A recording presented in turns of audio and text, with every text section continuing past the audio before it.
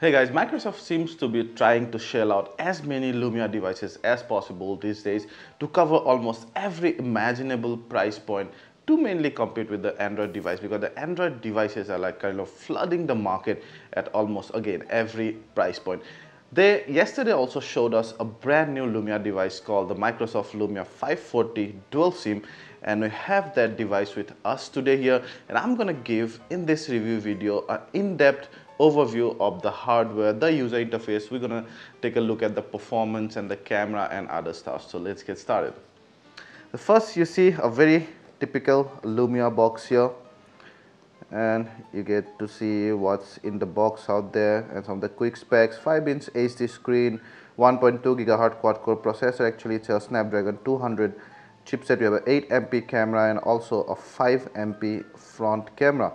Now this guy is available for, will be available for actually 11,199 starting May 18th. It's not yet available, but it's coming very soon, and that's the Lumia device. Again, you see it has that very trusted and popular design where your back cover engulfs the whole back housing and central housing, and then you have a clear black screen on top.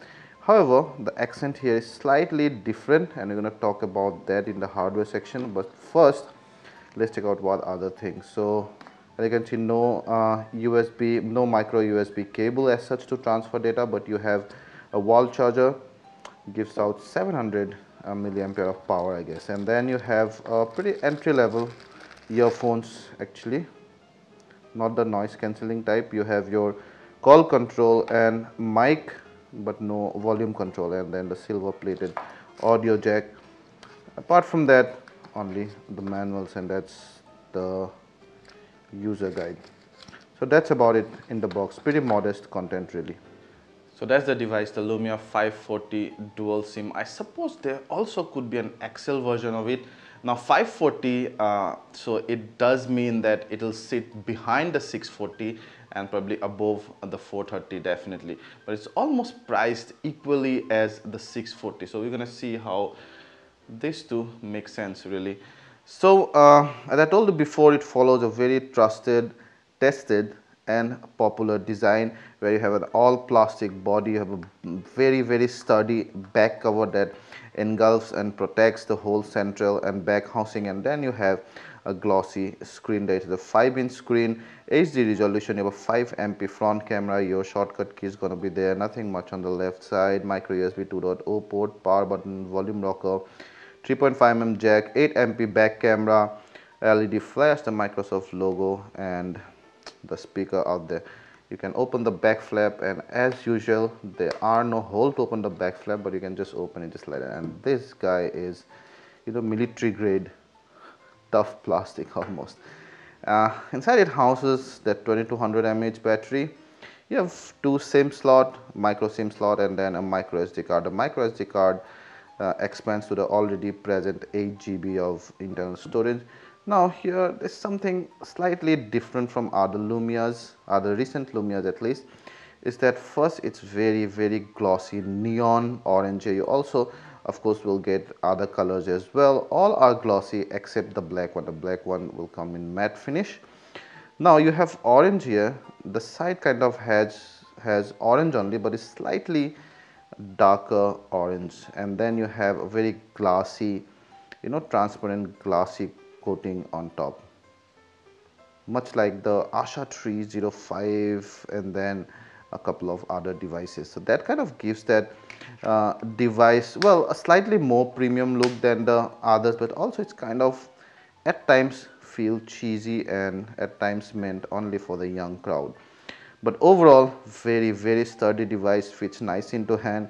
You have this, you know, the side is not exactly straight, it's kind of just about deviation, is about going. So the back actually is not as big as the front, you know, and that kind of helps you hold the phone better, pressing the keys better here.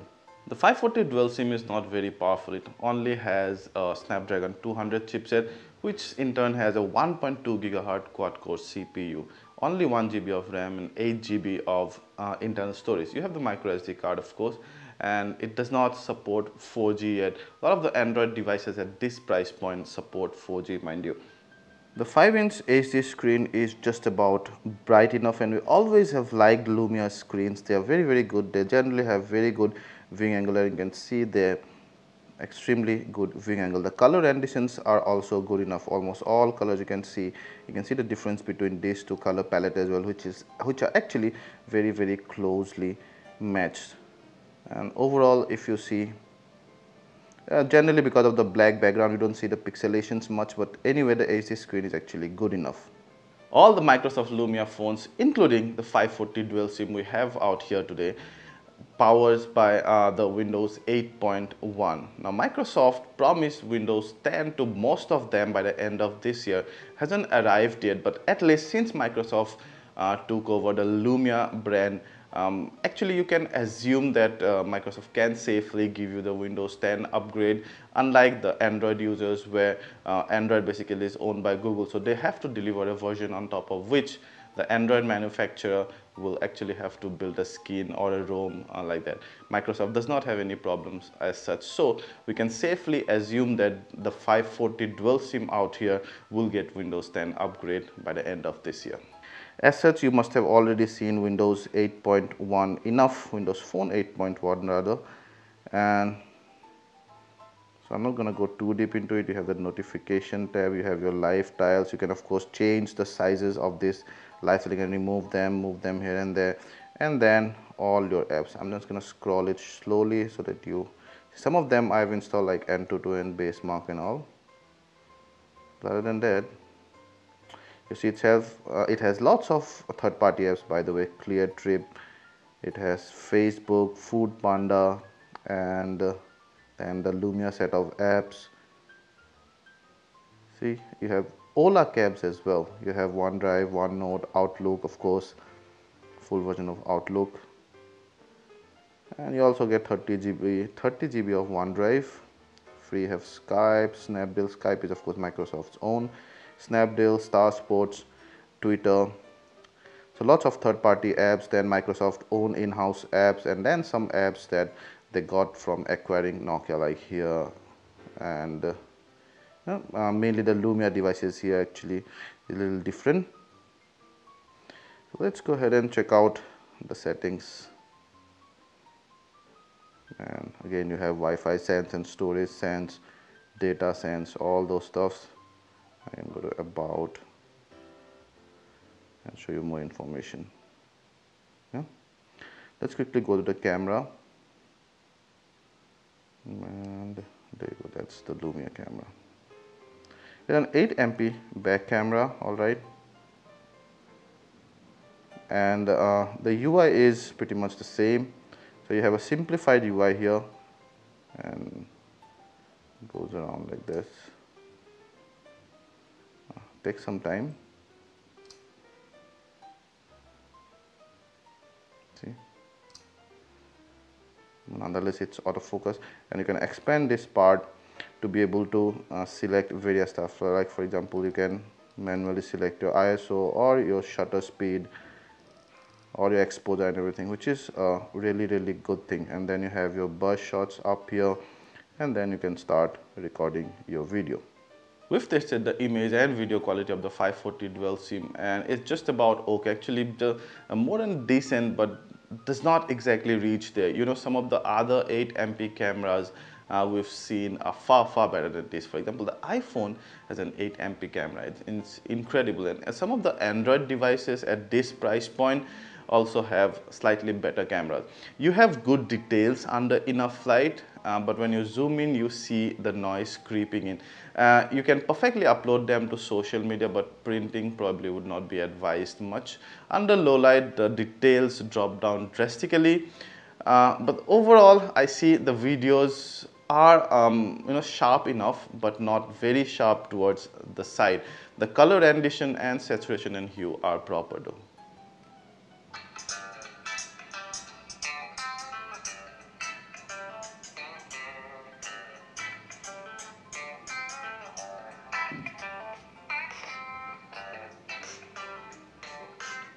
So the sound definitely gets obstructed whenever you keep this device on a flat surface. It's not really loud enough, I would say, for a crowded place, but it's decently bass heavy. The treble is also good.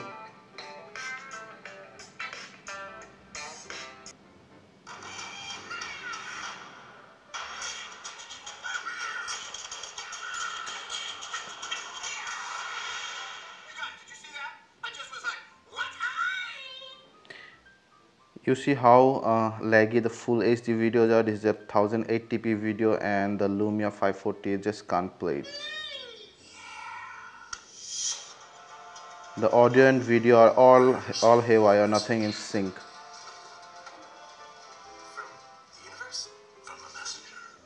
It supports 720p playback and the surround sound is good enough.